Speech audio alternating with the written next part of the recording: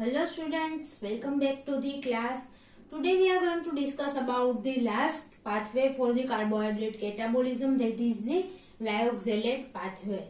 Okay, glyoxylate cycle और glyoxylate pathway, उसके बारे में हम यहाँ पर डिस्कस करेंगे. सो आपकी बुक में कार्बोहाइड्रेट कैटाबोलिज्म के लिए ये लास्ट पाथवे दिया गया है. ठीक है.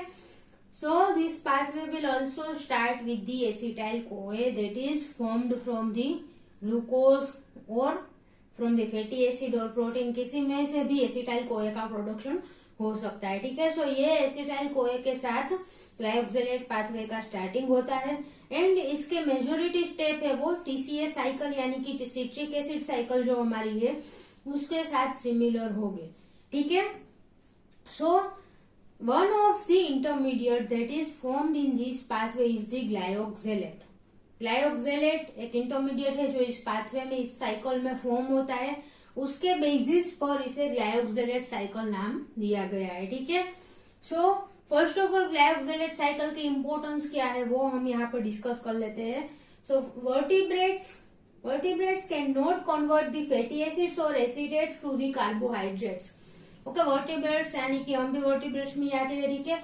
सो वर्टिब्रेट्स के अंदर क्या होता है कि they can not convert fatty acid या फिर एसिडेट. ओके, यानी कि एसिटाइल कोए, एसिडेट यानी कि एसिटाइल कोए उसका एक मॉडिफाइड वर्जन है. ठीक है.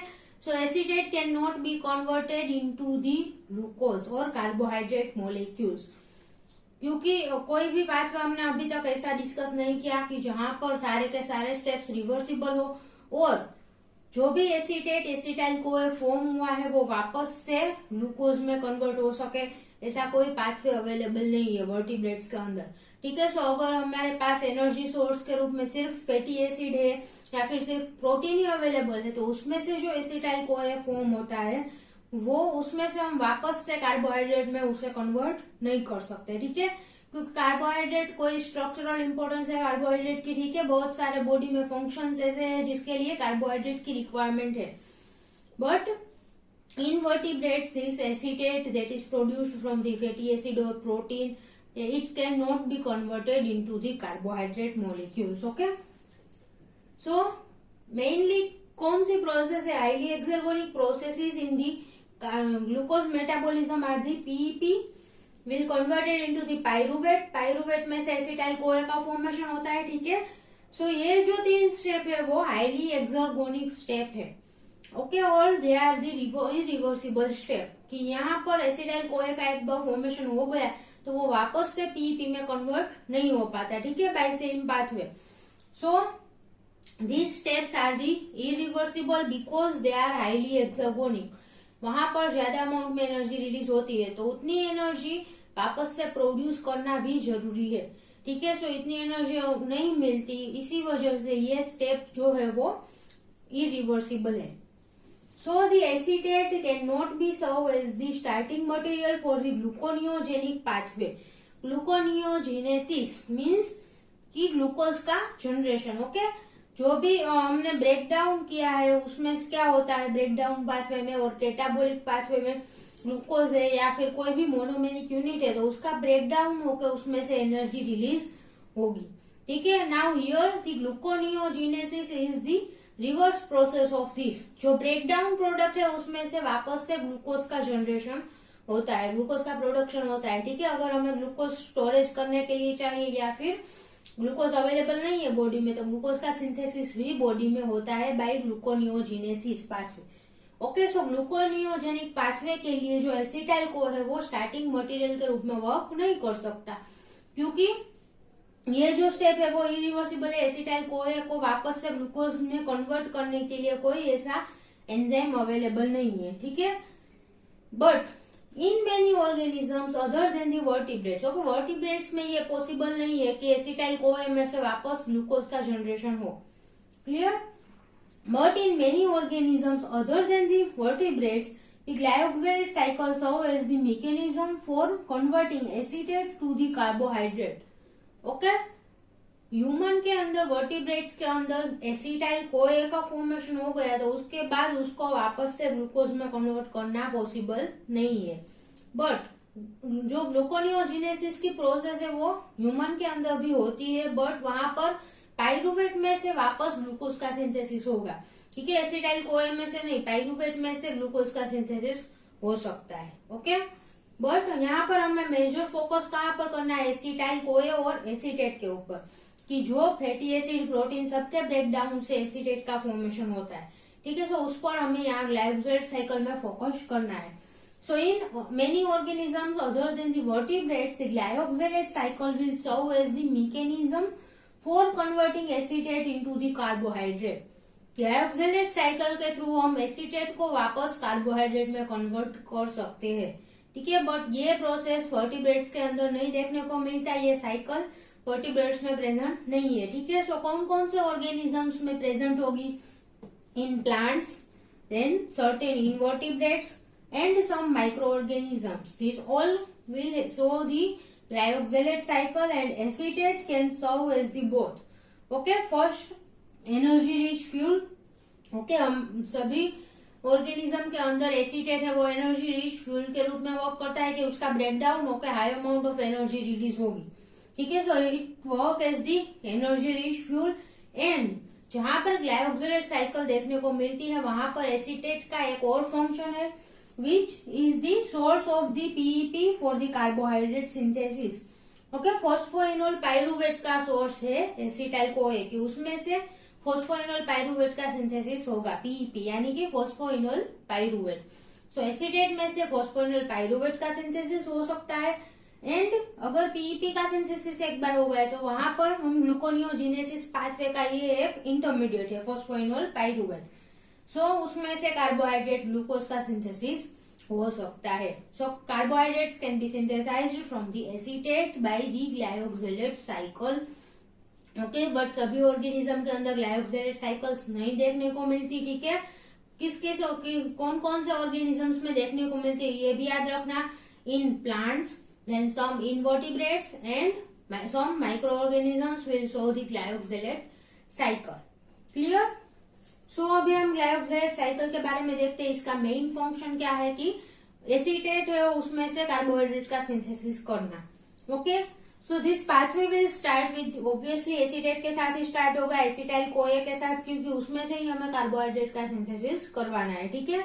So acetyl CoA will condense with the oxaloacetate, the same reaction of the citric acid cycle और the TCA cycle, okay. TCA cycle में भी सेम रिएक्शन होती है बाय एंजाइम सिट्रेट सिंथेस और citrate का सिंथेसिस होता है। This is the same reaction as the TCA cycle. So first reaction same होगी, second reaction will also same. Citrate में से आइसोसिट्रेट का सिंथेसिस होता है बाय एंजाइम एकोनिटेज, ओके। यहाँ पर एक इंटरमीडिएट फॉर्म होता है, वो हमने लास्ट लेक्चर में डिस्कस किया था कि cis aconitate is a intermediate formed between the citrate and isocitrate. उसके ऊपर से एंजाइम को नाम दिया गया है एकोनिटेज, ओके। सो सिट्रेट में से आइसोसिट्रेट का सिंथेसिस होगा बाय द एंजाइम एकोनिटेज। ये दो स्टेप है वो टीसीए साइकिल ग्लायोक्सिलेट साइकिल दोनों में सेम आएंगे, ठीक है। Now the next step is different, okay. हम टीसीए साइकिल में आइसोसिट्रेट में से किसका फॉर्मेशन होता है, alpha ketoglutarate bye the enzyme isocitrate dehydrogenase, okay. Alpha ketoglutarate का सिंथेसिस होगा, but here the isocitrate lyase enzyme will come, okay। lyase यानी कि फंक्शन क्या होगा, लाइसिस का, ठीक है। आइसोसिट्रेट को लाइस करके दो मॉलिक्यूल्स में कन्वर्ट कर देंगे, ठीक है। सो यहाँ पर आइसोसिट्रेट का लाइसिस हो जाएगा, ब्रेकडाउन हो जाएगा एंड उसमें से दो प्रोडक्ट सिंथेसाइज होगी, one is the succinate and second is the glyoxylate, okay. So difference कहाँ पर आता है टीसीए साइकिल ग्लायोक्सिलेट साइकिल में, आइसोसिट्रेट के बाद। आइसोसिट्रेट में से टीसीए साइकिल में अल्फा कीटोग्लूटरेट का सिंथेसिस होता है, but in the glyoxylate cycle isocitrate में से ग्लायोक्सिलेट का सिंथेसिस होगा प्लस सक्सिनेट, दो प्रोडक्ट्स फॉर्म होगी by the enzyme isocitrate lyase. Clear. Now this ग्लायोक्सिलेट will fuse with the one or molecule of the acetyl CoA, okay. यहाँ पर एक molecule का एडिशन हुआ है, अभी दूसरा एसिटाइल कोए मॉलिक्यूल यहाँ पर ऐड होगा विथ ग्लायोक्सिलेट। सो इन दोनों का कंडेंसेशन होके फ्यूजन होके क्या फॉर्म होगा, malate, okay. Malate, the enzyme is the malate synthase. So again TCA cycle का इंटरमीडिएट फॉर्म हो चुका है malate. So malate will again converted into the oxaloacetate by the same enzyme of the TCA cycle. Malate dehydrogenase NADH का formation भी होगा यहाँ पर, ठीक है, एंड माइलेट में से ऑक्सैलोएसिटेट का फॉर्मेशन हो जाएगा, ठीक है। तो यहाँ पर सिर्फ ये दो स्टेप्स ही अलग आए हैं, ठीक है। आइसोसेटेट में से ग्लाइओक्सिलेट का सिंथेसिस हो रहा है, ठीक है। उस टाइम पर जो एंजाइम है वो कौन सा है, आइसोसिट्रेट लाइस। आइसोसिट्रेट का लाइसिस होकर उसमें से ग्लाइओक्सिलेट प्लस सक्सिनेट का फॉर्मेशन होगा, clear. And then glyoxylate will fuse with one more molecule of the acetyl CoA. इन दोनों का कंडेंसेशन होगा glyoxylate plus acetyl CoA and it will leads to the synthesis of the malate by the enzyme malate synthase. Clear. बाकी के सभी step TCA cycle के साथ similar है। सो यहाँ पर मेन बात क्या याद रखनी है, देखिए टीसीए साइकिल में क्या होता है कि एसिटाइल कोआ एंटर हुआ, उसके दोनों ही कार्बन CO2 के रूप में रिलीज हो जाते हैं, ठीक है। बट यहाँ पर हमें प्रोडक्ट के रूप में क्या मिला है, सक्सिनेट, ओके। जो सक्सिनेट का फॉर्मेशन यहाँ पर हुआ है विच इज एक्स्ट्रा, ओके। यहाँ पर वापस से ऑक्सैलोएसिटेट का सिंथेसिस भी हो चुका है बट सक्सिनेट भी रिलीज हुआ है as a product. So this succinate can converted into the oxaloacetate, okay, by the same enzyme. जो हम टीसीए साइकिल के एंजाइम है उसके थ्रू सक्सिनेट में से भी ऑक्सैलोएसिटेट का सिंथेसिस हो सकता है and oxaloacetate can be converted into the phosphoenolpyruvate, okay. So basically this succinate will function in the ग्लूकोनियोजिनेसिस।